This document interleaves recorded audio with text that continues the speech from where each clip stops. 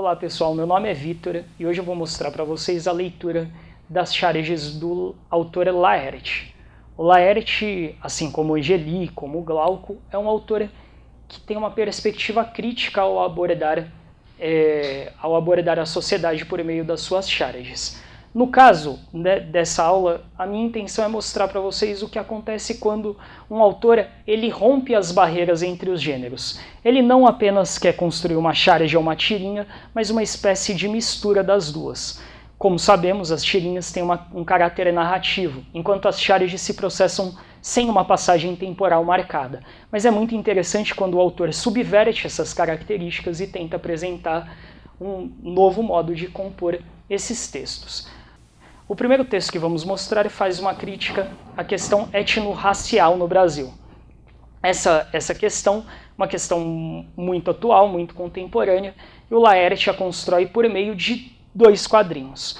Nós podemos definir esse primeiro texto como charge, embora ele tenha a passagem ou amostra de 2 planos. Se assemelha muito, justamente por isso, a uma tirinha.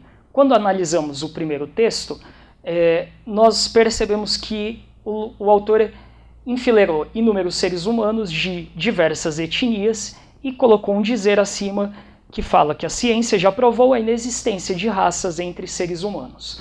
Nesse primeiro dizer, ele está tentando mostrar que na humanidade não existe, provado pela ciência, diferença entre os diferentes grupos étnico-raciais. No segundo quadrinho, ele se utiliza de uma conjunção adversativa mas, em que ele mostra pra gente uma oposição entre o que foi dito no primeiro plano e o que foi dito no segundo. Então ele fala, mas continua um mistério a estranha tendência das armas de fogo atingirem os jovens negros. Então, num primeiro momento, parece que ele está falando da questão racial, para num segundo momento ele ampliar a questão racial também para a questão social e a questão da violência no Brasil. Ao fazer isso, ele deixa um subentendido entre o primeiro e o segundo quadrinho. Ele fala, no primeiro quadrinho, da questão das raças, e no segundo ele fala do mistério em que somente os negros são mortos. Esse subentendido deixa sugerido para o leitor precisa preencher o vazio de um subentendido, em que os negros são os únicos alvos da violência armada no Brasil. Esse é um tipo de texto que tanto se assemelha a uma tira quanto se assemelha a uma charge. No entanto, seu caráter crítico se mantém e é isso que a gente está tentando mostrar. Além disso, é muito importante destacar a questão do modo como, no plano da linguagem, essas duas coisas são construídas. Então eu dou um destaque para a palavra mistério, e ao usar a palavra mistério, ele está retomando a ideia de provas que a ciência descobriu num primeiro quadrinho, e num segundo momento ele está trazendo a questão de que há coisas ainda por serem descobertas para a ciência. Isso é uma espécie de dissimulação. Na verdade, ele está querendo deixar claro para o leitor que é um dado que somente os negros morrem no Brasil, como se fosse uma espécie de aspecto histórico que ainda está presente na nossa sociedade. O segundo quadrinho, ele vai trabalhar a questão do humor no Brasil e do discurso humorístico. Ele traz em cada um dos quadrinhos um papagaio como uma espécie de metáfora para os inúmeros humoristas que atualmente acreditam que podem fazer piadas sobre qualquer assunto.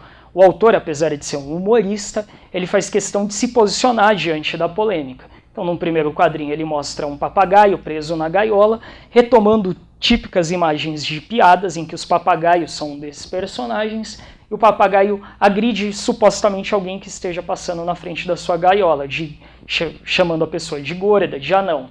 Depois ele dá risada e fala, adoro ser politicamente incorreto, e continua proferindo palavrões num terceiro quadrinho, viado, preto, feia, baiano, aleijado. Todos dizeres que são considerados na sociedade contemporânea dizeres politicamente incorretos ou dizeres proibidos pela nossa sociedade. No último quadrinho, alguns passarinhos olham esse papagaio de fora da gaiola, esses passarinhos estão soltos e eles sentenciam. É o consolo do prisioneiro. Como se dizer essas coisas fosse fruto de uma personalidade de alguém que ainda está preso em alguns paradigmas.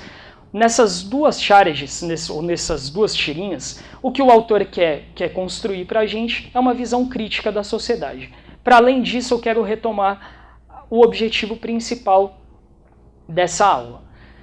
O objetivo principal é mostrar para os alunos que, embora existam diferenças entre Cháreges e tiras, cada um desses textos podem se apresentar de modo misturado, mesclado, ou seja, de modo híbrido. Eles são uma espécie de Chárege e tirinha ao mesmo tempo. O Laerte trabalha muito bem com essa característica. Outros autores já não trabalham, como é o caso do Angeli, que prefere deixar sua produção de Cháreges bem separada da sua produção de tiras.